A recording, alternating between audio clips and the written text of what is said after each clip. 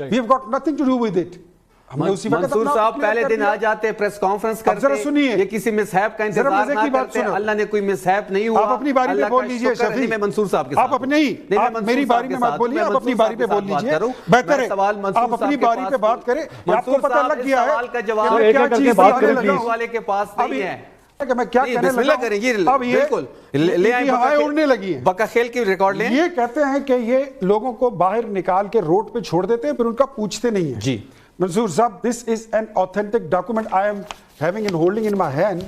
یہ کہتا ہے internally displaced persons کے لیے an additional rupees 117.166 billion has been provided to Khyber Pakhtunkhwa over the years to support internally displaced persons. 117 ارب روپے ہم نے ان کو بکاخیل کو کتنے دیے کے لیے دیے ہیں. منصور صاحب یہ پتہ کریں بکاخیل کے لیے کتنے دیے ہیں ضرب عضب کے جو وہاں پہ لوگ یہاں پہ تو ایک منٹ سر اختیار صاحب ایک منٹ شفیع سال سے ملٹری آپریشن کر رہے ہیں. میرا نقصان کتنے بلین ڈالرز کا ہوا ہے؟ میرے تو ہزاروں ارب روپے کا نقصان ہوا ہے. آپ مجھے 100 ارب روپے دے رہے ہیں. وہ یہ اسٹریٹ موومنٹ پر لگاتے ہیں, ریلیوں پر لگاتے ہیں. سمپل سا کویسچن ہے بکاخیل کے مقام پہ جو میرے لوگ بیٹھے ہوئے ہیں ان کے لیے فیڈرل حکومت نے کتنے ارب روپے دیے ہیں؟ انہوں نے خود بکاخیل کا ذکر کیا ہے. کس چیز کے بارے میں؟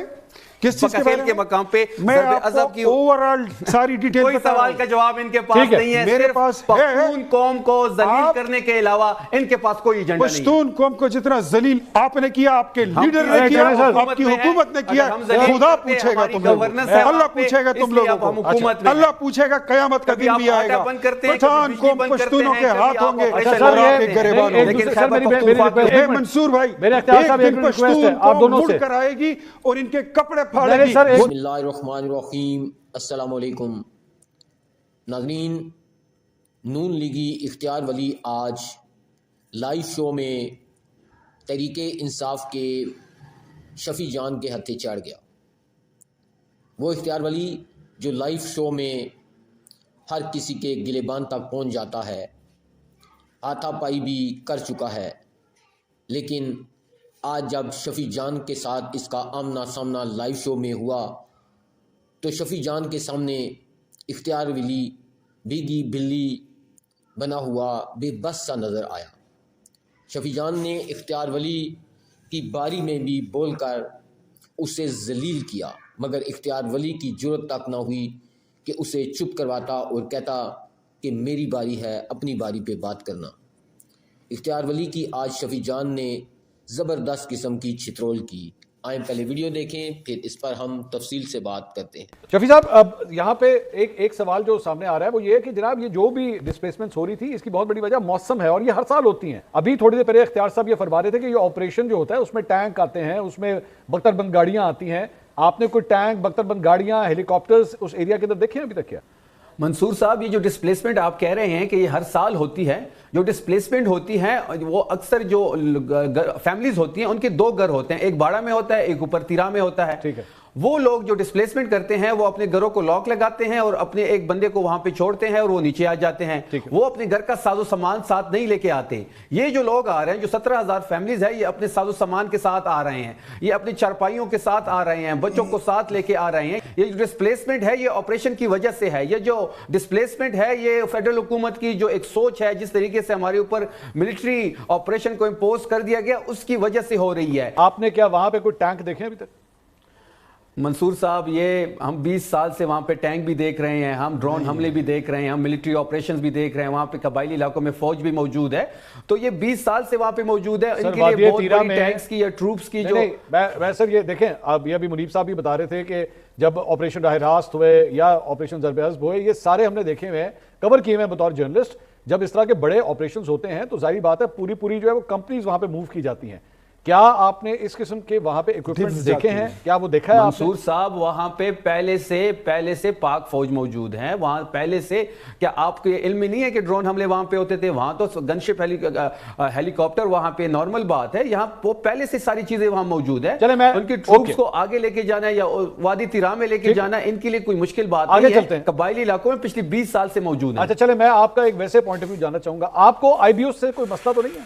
آپ کو تو چلے آپریشن سے مسئلہ ہے نا, آئی بی ایس سے کوئی مسئلہ تو نہیں, انٹیلیجنس بیسڈ آپریشن وہاں پہ دہشت گردوں کو ہنٹ کرنے کے لیے اگر کیا جائے, آپ کو کوئی اعتراض تو نہیں؟ انٹیلیجنس بیسڈ آپریشن پہ ہمیں کوئی مسئلہ نہیں ہے. دہشت گردوں کو نشانہ بنانا چاہیے, دہشت گردوں کو بالکل ان کے ساتھ کوئی رعایت نہیں اختیار کرنی چاہیے, لیکن دہشت گردی کی آڑ میں سویلین کو شہید کرنا وہ اس کی اجازت ہم نہیں دیں گے. ظاہری بات ہے انٹیلیجنس بیسڈ آپریشن, انٹیلیجنس آتی ہے ایک چیز کی کہ جناب اتنے لوگ اتنے دہشت گرد, انٹیلیجنس کریکٹ ہونی چاہیے. انٹیلیجنس بیسڈ آپریشن میں ڈسپلیسمنٹ نہیں ہوتی, انٹیلیجنس بیسڈ آپریشن میں علاقہ نہیں خالی کروایا جاتا. سوال وہی ہے منصور صاحب, جس دن پہلے دن انخلا شروع ہوا تو اس دن فیڈرل حکومت کے ترتیب وہ آتے کرتے اور ہمیں کہتے آپ چونکہ 3 دفعہ اس بارے میں بات کر چکے ہیں, میں کل سے پوچھ رہا ہوں, کوئی مجھے جواب نہیں دے رہا. اختیار صاحب ابھی جواب دیتے ہیں نا, آپ کے ساتھ بیٹھے میں بڑا کلیئر کٹ آپ نے سوال کر دیا. اختیار صاحب گو ایڈ پلیز آنسر دس. دیکھیں جی میں آپ کو بات بتاتا ہوں, شفیع جان صاحب ہمیشہ جو ہے یہ پرسنل اٹیک بھی کر جاتے ہیں. اس دن ایک شو میں انہوں نے کہا کہ مجھے آپ اپنے ترجمانی سے لگتے ہیں کہ آپ پشتون بھی نہیں ہیں. اب میں ان سے سرٹیفکیٹ لوں گا کہ میں پشتون ہوں کہ نہیں ہوں.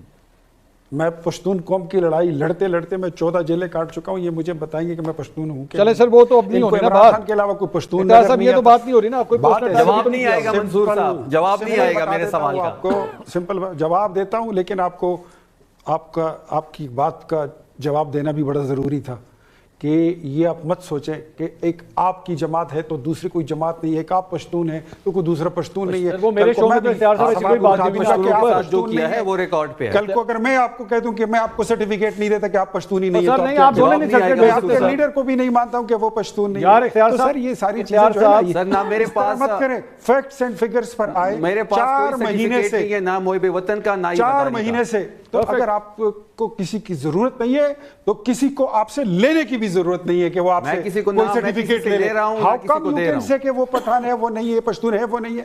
میں اگر آپ مجھ سے پوچھیں آپ کا لیڈر بھی پشتون نہیں ہے, ارے نہیں چھوڑے نا, یہ میرا ضرورت ہے, میں سمجھتا ہوں. مت کریں ایسی بات. منصور صاحب میرے سوال کا جواب نہیں آ رہا, آپ کے سوال کا جواب نہیں آئے گا. پہلے دن بیٹھ جاتے ہم ایکسپوز کر دیتے. میں سمجھتا ہوں کہ خیبر پختونخوا میں ایسی کارروائیاں مال بنانے کے لیے کی جاتی ہیں, اور اس کی دلیل میں یہ بات کرتا ہوں. یہ کہتے ہیں نا, اس سے پہلے انہوں نے بات کی کہ یہ لوگوں کو ڈسپلیس کر کے راستے میں چھوڑ دیتے ہیں. آپ نے شفیع جان اور اختیار ولی کی دھواں دار گفتگو سنی.